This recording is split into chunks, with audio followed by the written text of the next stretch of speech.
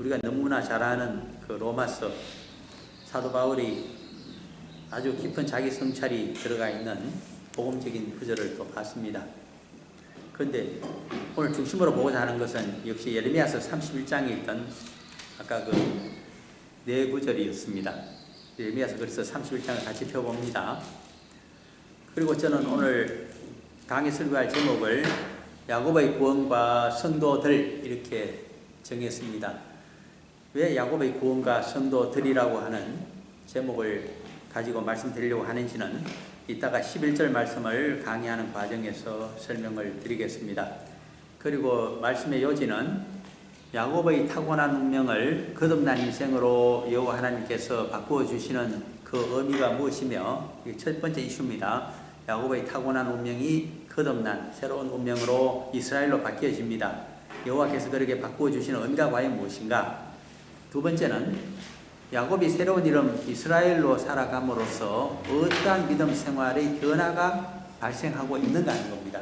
우리는 다 이스라엘로 불리는 성도들인데 야곱이 이스라엘로 살아감으로써 나타나고 있는 믿음 생활의 변화가 우리들에게도 있는가 하는 점을 같이 생각해 보고자 이렇게 요지를 정했습니다. 그러면 강의 설교이기 때문에 예레미야서 31장 11절을 한번 봅니다. 오늘 설교는 한 30-40분간 할 텐데 다 잊어버리더라도 예레미야 31장 11절 말씀하는 확실하게 기억을 하시고 무슨 말씀인가를 정확히 뜻을 아셔야 됩니다. 그래야 나중에 31장 31절부터 나타나는 새 언약이 무엇인지를 또 신약이 무엇인지를 대속의 그리스도와 진리의 성령님이 어떤 역사를 하시는지 복음에 대한 이해가 가능하도록 되어 있습니다. 그래서 31장 11절을 우선 한번 강의를 해봅니다. 여호와께서 야곱을 구원하시되 그들보다 강한 자의 손에서 속량하셨으니 굉장히 짧습니다. 그런데 그 속에 우리가 알고 싶은 말씀이 사실 다 들어있습니다.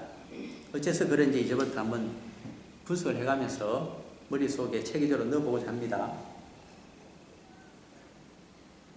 첫 번째 시작은 한 사람이 개인입니다. 창세기에 나타나고 있는 창세기 25장에서 49장 이르기까지 쭉 등재가 되어 있는, 어떻게 보면 창세기에서 가장 큰 주인공이 아브라함이라기보다는 그 기록의 양으로 보면 야곱입니다. 이 야곱이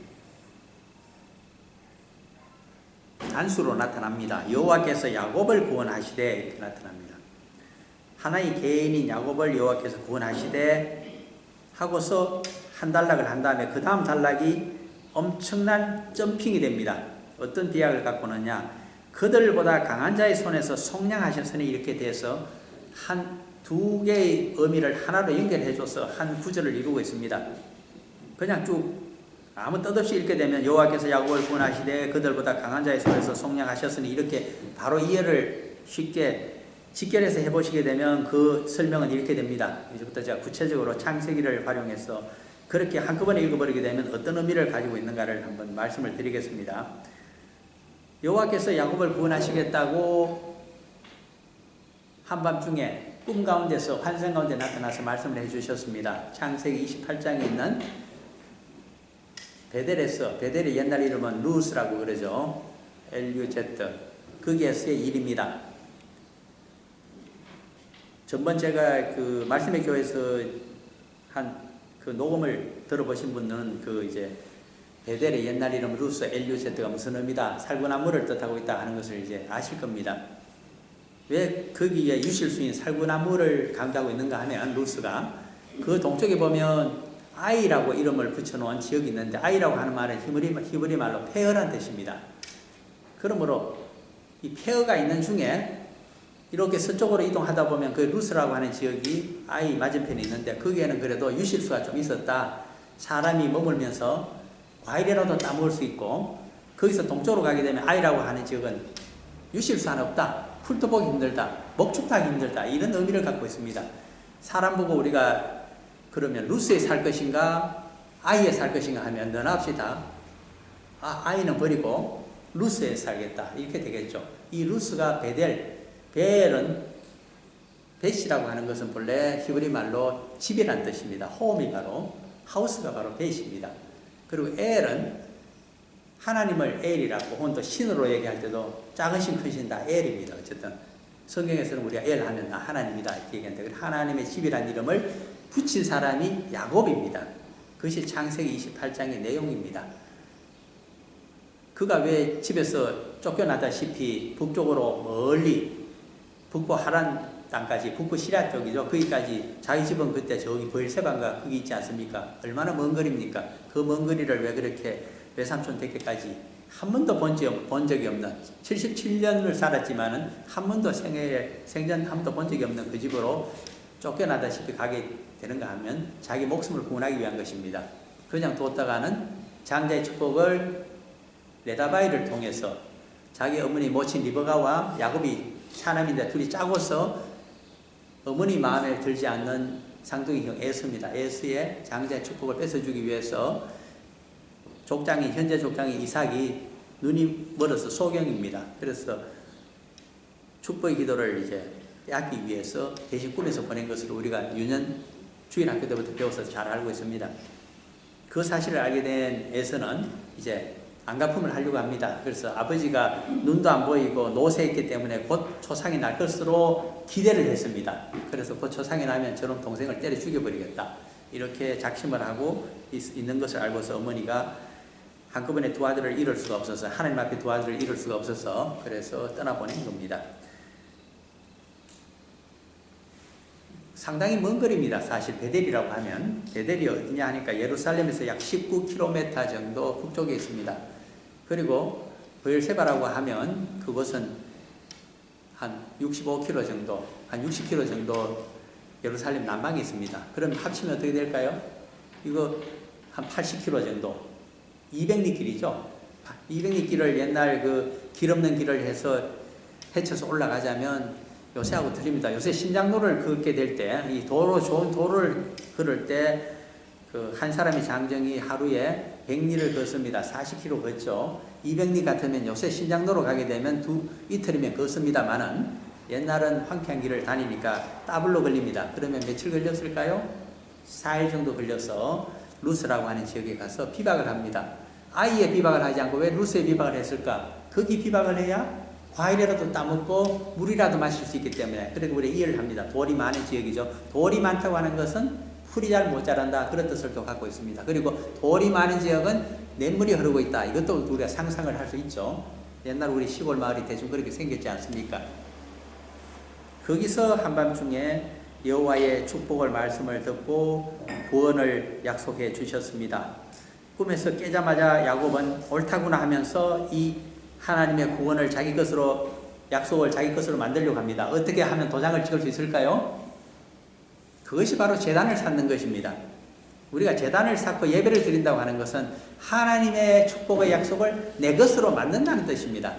쉽게 설명을 하자면, 아주 창세기에 의해서 고전적인 개념으로 우리가 풀이를 하자면, 그래서 빨리 아버지께 배운 대로, 할아버지께 배운 대로 제단을 쌓고 거기다가 전제를 드리면서 서원을 합니다. 서원까지 해야 되잖아요. 하나님은 그냥 예배드리고 제단 쌓는다고 해서 그냥 축복 안 줍니다. 이행을 하기 위해서는 반드시 서원을 한 것을, 서약을 지켜야 됩니다. 결혼생활 시작할 때 결혼식만 잘하고 서약만 잘하면 뭐합니까? 이행을 하지 않으면 파토가 나잖아요. 파혼이 되죠. 결혼생활도 이별이 되잖아요. 하나님도 마찬가지입니다. 그래서 이제 그것을 지켜야 됩니다. 그래서 이 정처 없이 77세에 쫓겨나는 나를 무사히, 한 번도 본 적이 없는 외삼촌의 집에서 무사히 살려서 나를 집으로 돌아올 수 있도록 형 에서의 마음을 돌려주신다면, 그러면 제가 11조를 반드시 여호와 하나님을 위해서, 자신의 재산의 10분의 1을 여호와 하나님을 위해서 사용하겠다는 겁니다. 그 뜻을 따라서. 그리고 여기에 여호와의 집을 짓고 훌륭한 제단을 쌓고 신앙생활 잘하겠습니다, 이렇게 서원을 했습니다. 그것이 창세기 28장의 야곱의 서원입니다. 우리 알고 있는 내용 그대로입니다. 이것이 여호와께서 야곱을 구원하시되의 내용입니다. 그들보다 강한 자의 손에서 속량하셨으니, 야곱을 대입시켜서 보게 되면 강한 자라고 하는 것은 첫 번째가 뭘까요? 에서입니다. 모태에 있을 때부터 자기보다 힘이 강했잖아요. 그래서 이길 수 없는 자가, 그래서 먼저 태어나잖아요. 힘센 자가. 그래서 발목을 잡았죠. 그리고 자기는 에서보다 하나 더 좋은 것을 야곱이 하나 갖고 있습니다. 별로 뭐 좋지 않은 거지만 무엇을 갖고 있습니까? 이 잔머리가 잘 돌아가는 자가 야곱입니다. 에서는 그렇게 잔머리가 잘 돌아가는 사람이 아닙니다. 우직합니다. 덜 사람이니까 무인과 같습니다. 그런데 아주 이걸 뭐라고 할까요? 간약하다고 할까요? 아주 약삭 빠르면서 아주 강교한 자가 야곱의 특성입니다. 그래서 세상적인 방법과 이 잔머리는 하나 끝내주는 이런 사람이 주로 IQ가 높습니다. IQ 테스트 제가 알기로는 잔머리 테스트를 하는 거기 때문에 굉장히 높습니다만 세상에는 우리가 요새는 IQ 갖고 인간을 테스트했더니 굉장히 문제가 발생해서 그래서 이제 EQ를 같이 테스트합니다. 감성지수를 지능지수만 갖고 머리 회전이 두뇌 회전이 빠른 것만 갖고는 인간스럽게 살아가지 못하니까 이 감성이 얼마나 이 정서라고 하는 것이 제대로 되어 있는가 사랑도 베풀 줄 알고 협조도 잘하고 협력도 잘하면서 더불어 살아갈 수 있는가를 봅니다. 이것이 EQ가 아닙니까? 또 EQ만 갖고도 안 됩니다. 전인적으로 인간을 교육시켜봤자 또 하나님 입장에서는 올바른 인생을 정말 아가페적인 사랑으로 살아가지를 못합니다. 그래서 하나가 더 붙습니다. SQ가 붙죠. 스피리추얼 테스트를 또 해야 됩니다. 그래서 영성지수까지 오늘날 이야기합니다. 우리가 왜 교회에 가야 되고 성경을 보고 혹은 하다못해 스님들이 돌을 닦고 그리고 또 불경까지 볼까? 또 유교 서적도 왜 그렇게 옛날 사람들이 봤을까? 그것은 SQ를 높이기 위한 것입니다. 사실은 이렇게 이제 깊어집니다만은 그래서 어쨌든 간에 세상적인 힘으로서는 약합니다. 자기보다 완전히 강한 자가 에서에게서 목숨을 건지게 해주는 것이 하나님의 속량의 역사입니다. 그대로 보게 되면 야곱의 개인에게 베풀어주는 세상적인 구원이라고 한다면 두 번째는 누굽니까? 라반에게서 구해줘야 됩니다. 이 세상적인 돈의 회전 엄청나게 약삭 빠른 자가 야곱보다도 약삭 빠른 자가 불행하게도 외삼촌이며 장인이 되는 라반이었기 때문입니다. 어느 정도의 꾀를 부렸을까? 14년 동안 무료 보섬살이를 두 딸을 이제 죽어서 부려먹고 유료 계약을 해놓고 6년 동안 하는데 계약 조건이 아주 웃깁니다. 당시에는 대다수의 가축대는 양이나 염소들에 전부 흰색 아니면 그것은 검은 색깔입니다. 그런데 양 가운데 검은 색깔은 또 드뭅니다. 염소는 흑염소가 많습니다만 그래서 양 가운데 검은 색깔이 나타나는 희귀한 자 혹은 아롱진 것, 얼룩진 것 아주 얼룩소가 우리 부르긴 하지만 얼룩소가 잘 없습니다. 이런 것들을 전부 누구 소유로?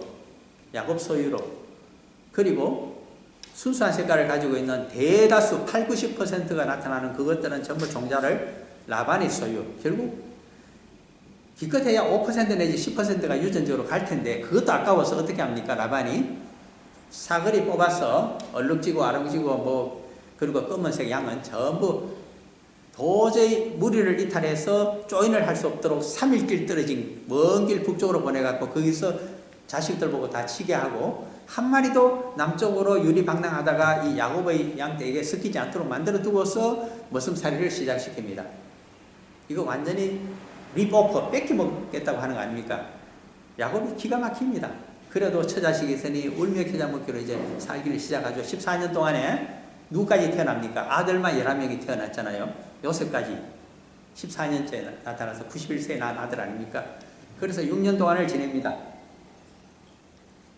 그런데 우리가 하나 아셔야 됩니다. 하나님의 구원은 세상적으로 야근깨를 사용하는 자에게는 하나님은 더 야근깨를 가지고 이적을 베푸십니다. 하나님의 방법입니다.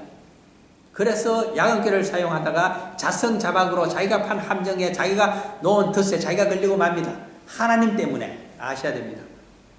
참 나를 괴롭혀서 내가 도저히 상대할 수 없습니다. 하나님께 맡겨드리면 하나님이 어떤 구원을 베푸시는가? 똑같은 방법으로 상대해서 더 높은 차원에서 그만 발목을 잡아서 넘어뜨려버리십니다. 이것이 인류의 역사입니다.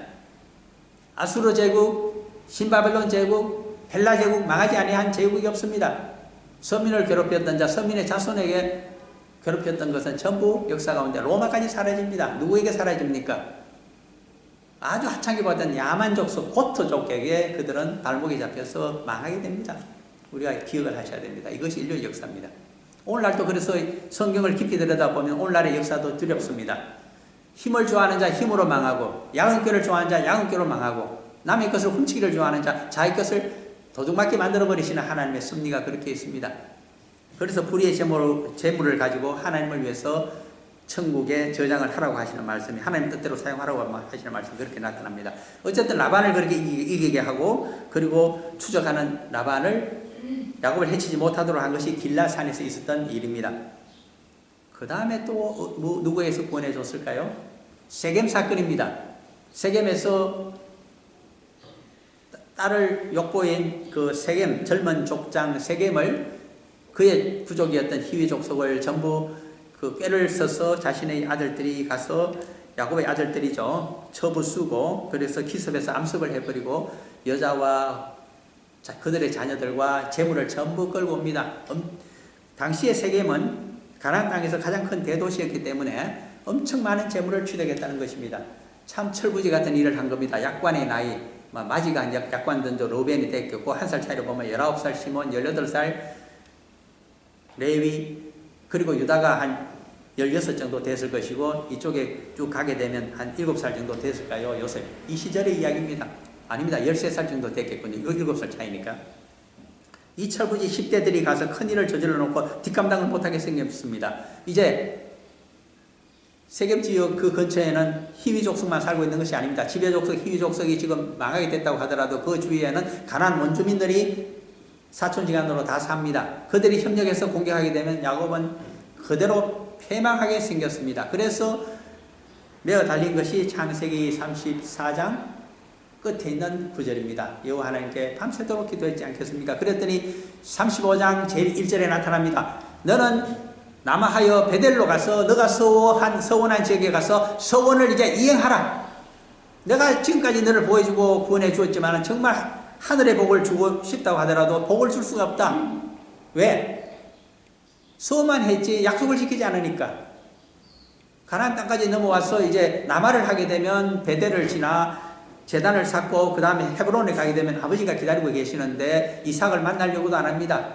괘씸하게도 딱 반대로 북쪽으로 올라가서 세겜에 가서 여생을 그 재물 가지고 아주 편하게 호사스럽고도 사치하게 향락을 즐기며 육신적인 정욕대로 살겠다고 작심하면서 살아가려고 가고 있던 자가 바로 구원받았다고 하는 야곱이었기 때문입니다. 야복 강가에서 요단강을 건너기 전에 이스라엘이라는 거룩한 이름을 줬지만 이스라엘다운 모습은 하나도 없습니다. 회개했다고 하면서 성도가 되었는데 교회 생활이나 실제의 삶에 있어서 하나도 변화가 없습니다. 서원과 맹세를 약속을 성도다운 하나님의 자녀 빛 같은 모습으로 살아가겠다고 했는데 하나도 이행하지 않습니다. 세겜에 있어서 야곱과 똑같은 자입니다. 어떻게 하면 될까요? 세겜 사건으로 무진장 채찍을 얻어맞고 여호와 하나님께 기도하여 유일한 구원의 방법 하나를 얻게 됩니다. 약속과 서원을 지켜라. 그래서 남하를 해서 베델로 갈 때까지 여호와 하나님께서 아무도 추격하지 못하게 했습니다. 원주민, 가나안 원주민들이 꼼짝을 할 수가 없었습니다. 여호와 하나님이 두려움으로 그들을 제어하셨기 때문입니다. 그래서 베델에 와서 엘베델의 하나님을 만나게 됩니다. 드디어 알게 됩니다. 베델에서 내가 돌아오기를 회개하고 돌이켜서 돌아오기를 지금까지 기다리고 계셨던 여호와 하나님이 여기 계셨구나. 여호와의 집이라고 하는 교회만 여호와 하나님께서 계시는 것이 아니라 개인적으로 내가 돌아오기를 회개하고 돌아와서 새로운 이스라엘로 살아가기를 그토록 기다리고 계시는 베델의 하나님이 여기 개인적으로 나를 만나고자 나의 문을, 마음의 문을 녹하고 계셨구나. 그것이 엘 베델의 뜻입니다. 베델에서 나를 기다리면서 두 팔을 벌리고 기다리고 계셨던 엘 하나님을 내가 발견하였다는 뜻입니다. 그러므로 우리는 묻고 싶습니다. 참으로 구원받은 자라고 하면 베델의 하나님만 생각해서는 안 됩니다. 그냥 교회만 왔다 갔다 하면서 나머지 인생을 세겜의 야곱처럼 살아가서는 그것은 세겜의 하나님을 만나고 있는 우상으로 섬기고 있는 것과 같습니다. 거기서 남아하여 베델로 와서 약속을 지켜야 됩니다. 그때 베델에서 나를 기다리고 약속 이행을 기다리고 계시던 여호와 하나님의 놀라운 복을 만나게 됩니다. 그래서 엘베델의 하나님을 만난 자리에서 이스라엘로 살아갈 수 있는 동력을, 능력을 그에게 영적인 힘을 하나님께서 공부해 주십니다. 그 결과 그가 끝없는 이런 이스라엘로 살아가면서 어떤 역사를 만나게 될까요? 첫 번째 역사가 세상적으로 큰 복이 임하게 됩니다. 한 번도 생각해 보지 못한 복이 임하게 됩니다. 무엇일까요? 그가 옛날 야곱 시절에 얻고자 한 것은 대족장이었던 아버지 이삭의 재물을 상속하고 장자의 축복을 상속하고 하나님의 영적인 장자의 신분까지 상속하는 것을 의미했습니다. 그 가운데 세상적인 재물은 하나도 얻지를 못합니다. 누가 갖고 나중에 이사를 남쪽으로 세일산으로 가버립니까? 자신의 쌍둥이 형 에서입니다. 아버지가 돌아가시자 180세에 헤브론에서 돌아가시는 분이 바로 이삭입니다. 돌아가시자 그는 모든 재물을 가지고 싹 거두어서 하나도 살 한 톨 남기지 않고 전부 가지고 처가 곳인 남쪽 세일산 사해 아래쪽으로 이주를 해버립니다. 빈털터리로 남게 된 자가 바로 야곱입니다. 그 대신에 야곱에게는 재산이 풍성합니다. 누가 주셨을까요? 라반에게서, 저 북부 시리아 하란 땅에서, 타국에서 여호와 하나님께서 주신 재물이 훌륭하게 많았습니다. 그런데 그보다 더 큰 재물을 얻게 됩니다. 무엇을 얻게 됩니까? 양떼와 가축떼만 많으면 뭐합니까? 초지와 목장이 있어야 됩니다. 이 엄청난 초지와 목장을 가나안 땅에 좋은 것은 다 주셨다고 적고 있는 것이 창세기 48장 마지막 절 22절의 내용입니다. 그는 애굽 땅에서 나중에 자기 흉년 가운데 자신의 모든 식솔들을 거두어 준 11번째 아들 애굽의 총리가 되어 있는 요셉에게 감사하고 은혜를 갚고자 그때 애굽 땅에서 나와서 기르고 있는 요셉의 두 아들 므낫세와 에브라임을 자신의 족보에 이스라엘의 지파로 받아들입니다.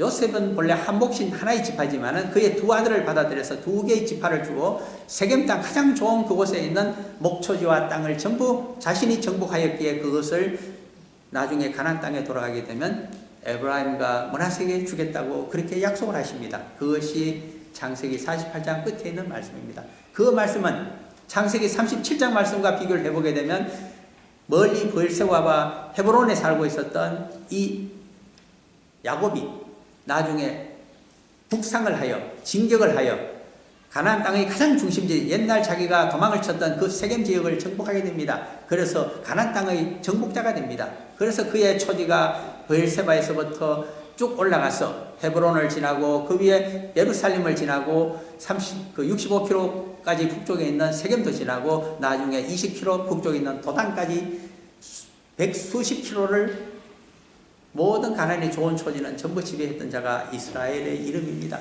우리는 세상적인 축복을 이 정도를 주신다는 것을 기억하셔야 됩니다. 이스라엘 왕국의 초대 왕이었던 사울 왕에게는 조그만 이스라엘 왕국을 주셨습니다. 그것도 그덜먹거리다가 나중에 여호와 하나님의 눈밖에 나서 그는 왕의 자리에서 나중에 전사를 하게 됩니다. 그것으로 사무엘상이 끝이 납니다. 사무엘 하에 오게 되면 드디어 사울 왕이 죽자 쫓기던 다윗이 자신의 지파 헤브론으로 돌아옵니다. 돌아와서 자신의 지파였던 유다 지파의 왕이 됩니다. 7년 반 동안 다스리면서 있는 사이에 초대 왕이었던 사울 왕의 잔존 세력들이 다 사라지고 나머지 11지파가 드디어 37세가 된 이 다윗을 찾아와서 하나의 이스라엘 왕국을 통일하게 됩니다. 이것이 그가 37세 되었을 때에 전체 이스라엘 왕이 된 다윗입니다.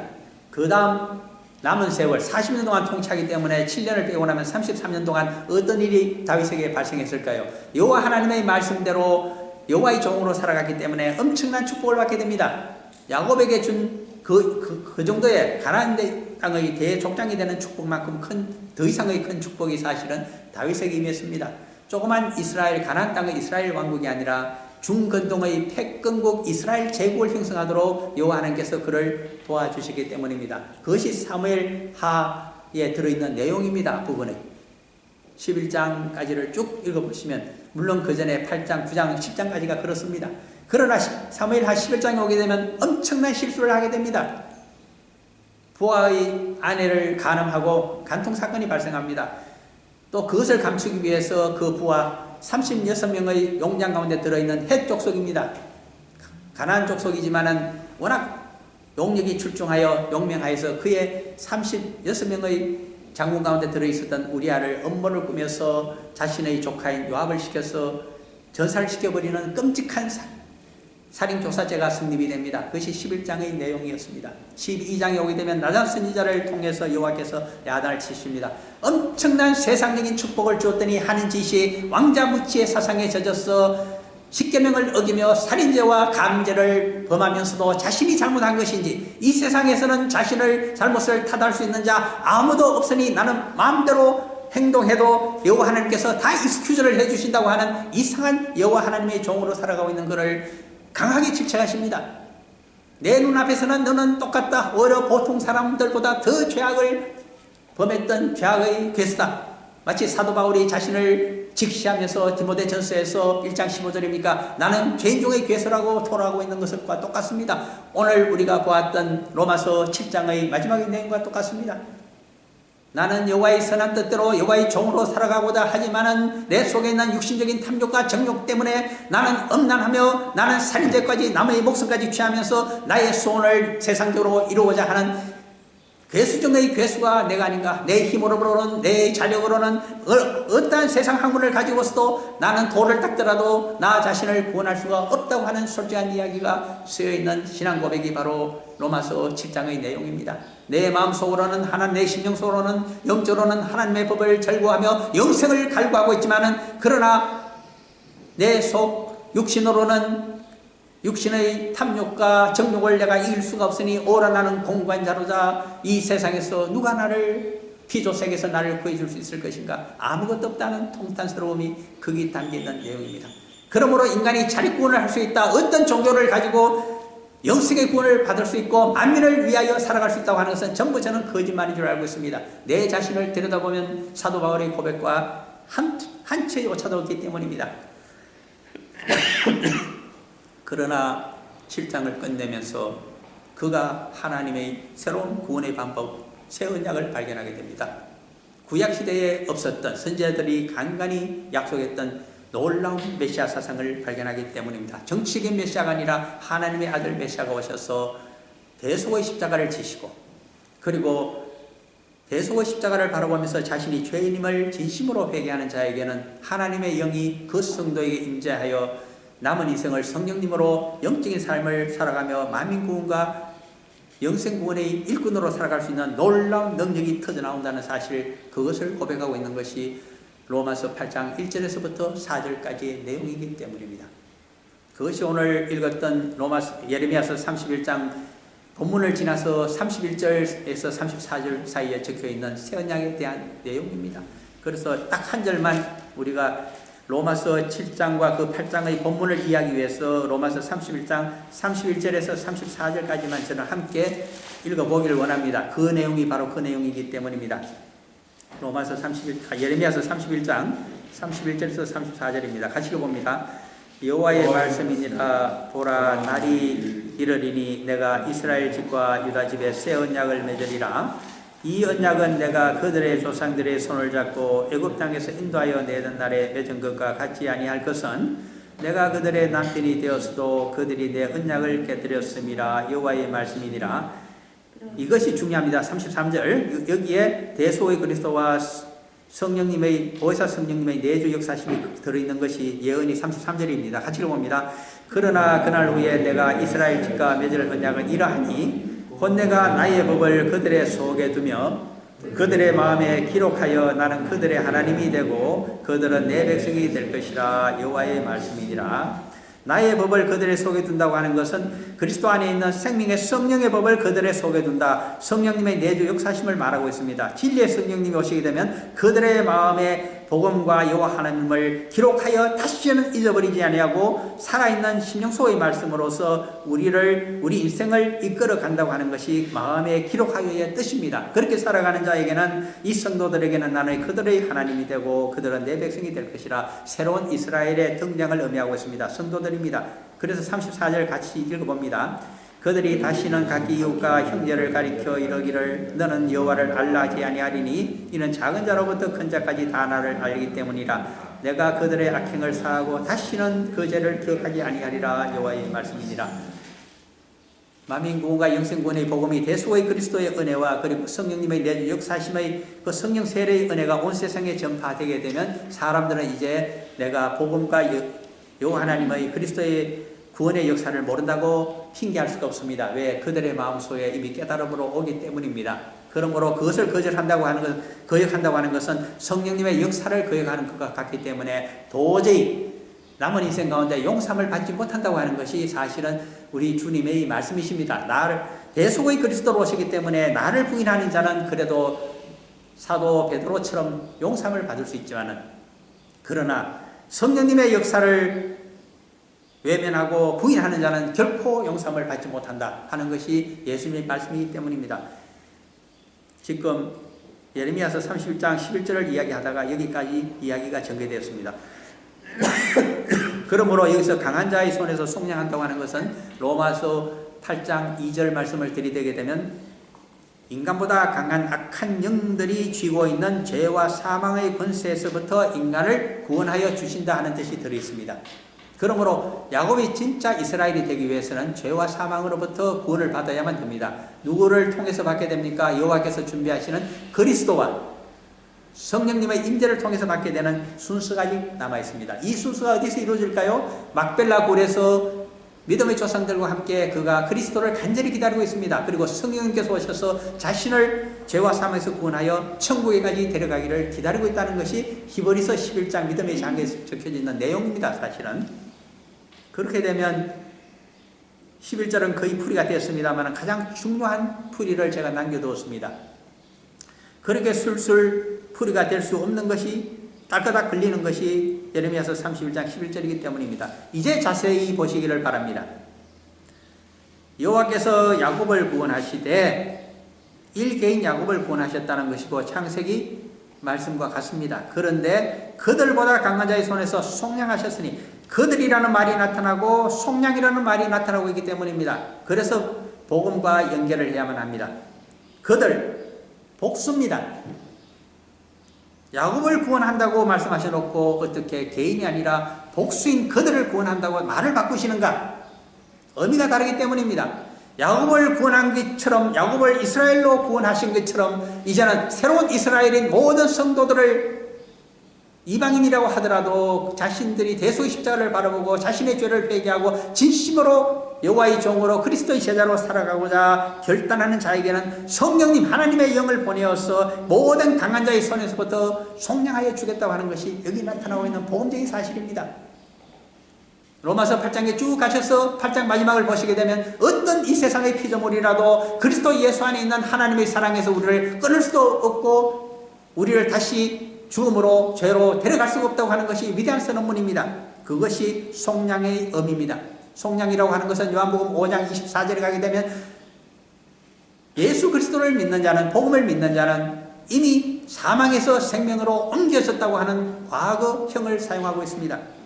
그 말은 죄의 종에서부터 의의 종으로 옮겨졌고 사망의 종에서부터 영생의 종으로 옮겨졌다는 사실을, 이 세상의 죽음, 죄와 죽음에서부터 영생을 얻을 수 있는 천국의 백성으로 옮겨졌다는 사실을 선언하고 있습니다. 그것이 속량의 의미입니다. 속량은 노예에서 해방하여, 포로 생활에서 해방하여 상을, 예수님께서 그 대속의 상을 치르시고 속전을 치르시고 우리를 하나님의 백성으로 삼아주셨다. 그것이 속량의 의미입니다. 하나님의 좋은 백성으로, 거룩한 백성으로, 양민으로 삼아주셨다. 속량의 의미입니다.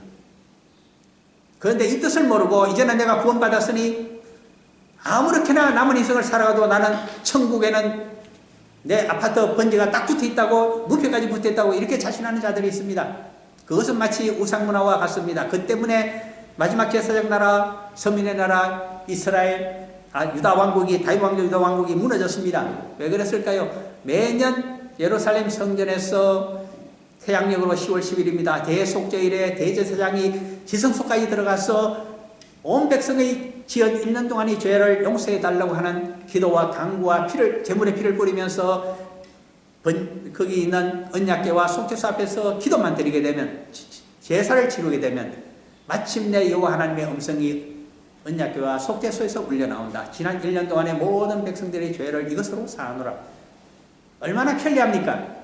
그 말만 믿고서, 그 재래식 율법만을 믿고서 그들은 나머지 성전 바깥에서는 제멋대로 살아갔습니다. 세상적인 욕심과 탐욕을 이루고 육신적인 정욕과 음욕을 성취하기 위해서 약한 자의 아내를 빼앗고 딸들을 빼앗았으며 그들은 무지한 자를 피로 흘리며 그 재산을 착취했습니다. 그러면서 자신들의 소원을 쉽게 이루기 위해서 인간이 만들어 놓은 우상을 여호와 하나님처럼 섬긴 자입니다. 다시 말해서 말을 바꾸자면 여호와 하나님을 우상처럼 섬긴 자가 바로 그들이 있기 때문입니다. 그 결과 마지막 선민의 나라도 선민의 자격을 잃어버리고 이 세상 이방인의 포로가 되어 살아가기를 시작합니다. 선민은 그렇게 해서 주전 586년에 사라지고 다시는 다윗 왕조가 이 세상에 재건되지를 못했습니다. 그것을 우리가 똑똑히 보셔야 됩니다. 그러므로 오늘날에도 그렇게 살아가게 되면 성도라고 하면서도 회개했다고 하면서도 성도의 삶이 자신의 세상적인 욕심을 이루기 위해서 육신적인 정욕을 이루기 위해서 약한 자를 착취하고 그리고 무지한 자의 피를 흘리면서 살아가게 되면 그것은 우상문화를 숨기는 자요 여호와 하나님도 구원의 대상에서 제외가 시켜버린다고 하는 사실을 우리가 정확히 인식하셔야 됩니다. 그런데 예배만 드리고 11조를 드리고 사람들 보기에 성도답게 살아가는 자로 여김을 받는다고 하면 내 구원은 따놓은 당사입니다. 세상에 그런 사고의 복음이 어디 있습니까? 그것은 구약에도 맞지 않고 오늘 신약에도 맞지 않고 말씀에도 전혀 맞지 않습니다. 그러한 성도들은 이스라엘이라는 이름을 가지고 성도로 살아간다고 할지라도 죄와 사망으로부터 내가 옮겨서 영생의 천국으로 속량시켜서 데려가지 아니하겠노라 하는 말씀이 그들의 역사 가운데 들어있는 의미를 임을 우리가 알아야 되겠습니다. 그런 의미를 가지고 11절 말씀을 보시기를 바랍니다. 이 말씀을 확실히 깨닫고 서원을 이행하며 성도답게 살아가게 되면 어떠한 복을 이방인이라 하더라도 얻게 될까요? 그것이 12절, 13절, 14절의 내용입니다. 빨리 한번 말씀을 드리겠습니다.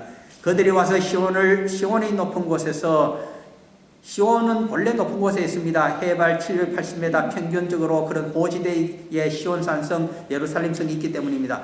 그런데 높은 곳을 한 번 더 강조합니다. 시온산에서부터 고개를 들어 저 높은 천상에 계시는 여호와 하나님의 보좌를 바라보면서 찬양하고 예배를 하라는 뜻입니다. 그러므로 이것은 새 예루살렘성을 의미하고 있는 말이 시온의 높은 곳에서라는 뜻입니다. 그곳에서 천상에 계시는 새 예루살렘 성에 계시는 여호와 하나님을 찬송하며 여호와께서 주시는 복, 여호와께서 주시는 복은 이스라엘에게 준 가나안 땅 대족장이 되는 복만을 의미하는 것이 아닙니다. 그는 130세에 가족들을 데리고 가나안 땅의 연속 흉년을 피하여 애굽 땅 나일강으로 강가에 있는 동북면 고센 땅으로 이주를 하게 됩니다. 야곱입니다. 그는 이미 이스라엘의 대족장으로 살아가고 있었습니다. 그때 그에게 영적인 복이 임하게 됩니다. 천상의 복이 임하게 됩니다. 무엇일까요? 나는 이곳 애굽에서 147세입니까? 눈을 감지만은 나의 육신을 여기에 애굽 총리, 전직 총리의 아버지로서 귀족입니다. 명당 자리에, 애굽의 가장 명당 자리에 나를 매장하지 말고 어떻게 하라고 합니까? 자신의 시신을 염을해서 가나안 땅에 들어가서 믿음의 조상인 아브라함 부부와 이삭의 부부가 천성을 바라면서 그리스도가 오시기를 기다리고 있는 그 막벨라 굴에 나를 넣어달라. 두 차례 강곡하게 그가 아들 요셉을 붙들고 유언을 합니다. 요셉이 그렇게 하겠다고 확약을 해줍니다. 창세기 47장과 49장에 있는 내용입니다. 이것이 성도의 삶이 그러해야 된다는 것을 의미합니다. 그렇게 천성을 바라보며 그리스도를 바라보며 살아가고 그리스도의 제자로 살아가는 자에게는 이 세상이 줄 수 없는 놀라운 영생의 복이 임하게 됩니다. 그것을 여호와의 복, 영생의 복을 이제부터 풀이합니다. 곡식과 새 포도주로 설명합니다. 곡식은 이 세상에서 목숨을 유지하기 위한 육신을 위한 것입니다. 새 포도주는 천국의 잔치를 위한 것입니다. 어디 나타날까요? 누가복음 22장으로 가셔서 보시게 되면 성찬식을 최후의 만찬 석상에서 이런 말씀을 하시지 않습니까? 한번 시간이 별로 없지만은 다시 한번 우리가 찾아봅니다. 누가복음 22장 18절로 한번 가보시기를 바랍니다. 포도나무에서 난 포도를 가지고 우리 주님께서 우리와 그 새로 만든 포도주를 가지고 어디에서 사용하고자 하시는지를 정확히 적어주고 있습니다. 누가복음 22장 18절입니다. 자신이라고 같이 읽습니다. 내가 너희에게 이르노니 내가 이제부터 하나님의 나라가 임할 때까지 포도나무에서 난 것을 다시 마시지 아니하리라 하시고 그렇게 말씀하십니다. 그러므로 이 새 포도주는 어디에 사용되는 것입니까? 천국 잔치에 사용되는 것입니다. 여호와 하나님의 복 가운데 복은 새 포도주를 천국 잔치에서 내게 주신다고 하시는 것입니다. 그것을 상징하기 위해서 물로 포도주를 가나에서 만드시지 아니하셨습니까? 처음도 끝도 마찬가지입니다. 그리고 놀라운 것은 기름과 어린 양입니다. 기름은 이 세상에서 어디에 사용되는 것일까요? 이 기름은 화제를 드릴 때에, 번제물은 전부 태워서 드립니다만 나머지 기타 가축은 화제로 드릴 때에 기름과 내장과 콩팥을 떼서 인간이 먹지 못하는 것들입니다. 전부 이 기름을 중심으로 태워버립니다. 먹지 못하는 것은 태워서 여호와 하나님께 드리고 살코기만 제사장들과 그리고 화목제사를 드리는 자들에게 주도록 되어 있습니다. 화목의 제물로. 얼마나 은혜스럽습니까? 이 땅에서 기름을 주십니다. 우리를 제사를 드리게 하기 위해서. 그러나 어린 양을 주십니다. 어린 양은 어디 계십니까? 우리의 대속의 제물이 하늘에서 오셨고 그리스도께서 이 어린 양이 천국의 보좌에서 아버지 하나님의 보좌 옆에 앉아서 우리를 기다리고 계십니다. 이 어린 양을 주신, 우리들의 모든 죄를 지고 가시는 어린 양을 주신 여호와의 복이십니다. 그 다음에 이 세상의 것으로서는 양의 떼와 소의 떼를 야곱에게 주셨습니다. 자기보다 머리 회전이 빠른 라반에게서 얼마나 많은 큰 가축의 복을 그에게 주었습니까? 그러나 그에게 준 더 큰 하나님의 복이 있습니다. 그 심령은 물된 동상 같고 생명수를 주신다고 하십니다. 이것은 수가성의 여인에게 이 야고의 우물물을 먹어도 목이 마르지만 내가 주는 성령님의 생수를 먹게 되면 너의 심령은 물된 동상 같고 시편 1편에 있는 내용과 같습니다. 너는 이 세상에 영원히 푸르른 날을 살게 될 것이라고 하십니다. 그러므로 다시는 근심이 없으려다 이 세상의 근심에서부터 우리를 해방시켜 주십니다.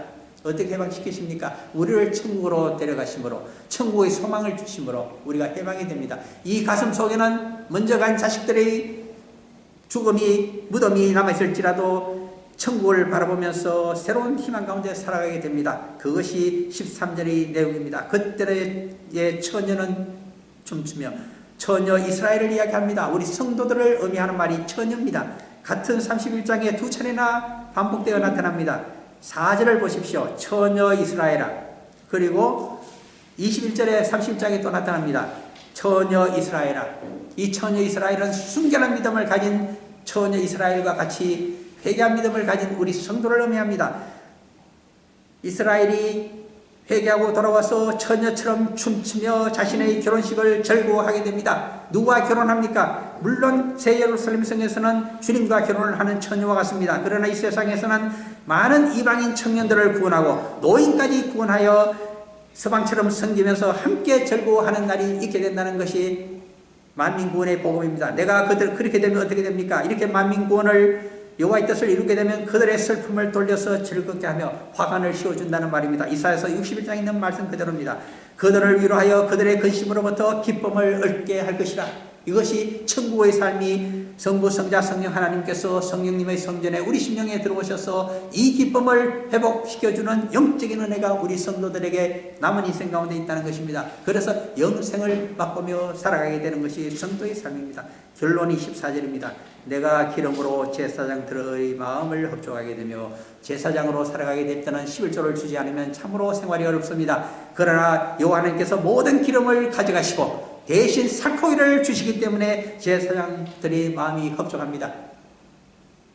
목사라고 하여 너무 어렵다고 생각하고 성도들이 너무 걱정을 합니다. 그러나 하나님께서 주시는 기름을 가져가시고 살코기를 주시는 은혜가 있기 때문에 너무 걱정하지 아니하셔도 됩니다. 누가 먹여 살려주십니까? 주님께서 책임지고 목자장이 되셔서 목자를 발령하시기 때문에 그렇게 걱정하지 아니하셔도 됩니다. 혹시 목사로 살아가기를 원하는 자는 나이가 들었어도 공부하셔도 됩니다. 왜? 기름으로 제사장들의 마음을 흡족하게 하시는 여호와 하나님의 복이 그들에게 임하기 때문입니다. 마지막이 내 복으로 내 백성을 만족하게 하리라. 여기에 내 백성은 이 세상이 주는 복이 아닙니다. 이 세상에 주는 복은 공통점이 하나 있습니다. 그것은 제로섬이라고 하는 복입니다. 이 세상은 제로섬 게임입니다. 천하 만물은 이 세상의 재화는 한정이 되어 있고 부족하기 때문에 서로 많이 가지려고 살기다툼을 합니다. 그러나 여호와 하나님께서 주시는 복은 플러스 섬적인 것입니다. 하늘의 곳간을 열어서 주시는 것이기 때문에 500여의 복과 같고 700여의 복과 같습니다. 그 복을 백성들에게 만족하게 주십니다. 그러므로 새로운 발견과 발명이 이루어져서 우리 한민족이 아무런 자원이 없어도 한국 땅에서 발전하고 있지 않습니까? 그러한 은혜가 임하게 됩니다. 그래서 우리를 만족한 삶으로 아무리 인구가 많아도 살아갈 수 있도록 해주시는 하나님의 은혜가 임하게 됩니다. 이것이 여호와의 말씀이니라. 깊이 이 말씀을 음미하시면서 성경 말씀을 늘 읽어보면서 큰 깨달음으로 우리가 여호와의 종으로 그리고 성령의 사람으로 그리스도의 제자로 힘있게 살아가시는 천국 복음의 용사들이 다 되시기를 간절히 소원해 봅니다. 잠깐 기도하고 마칩니다. 사랑하는 아버지 하나님,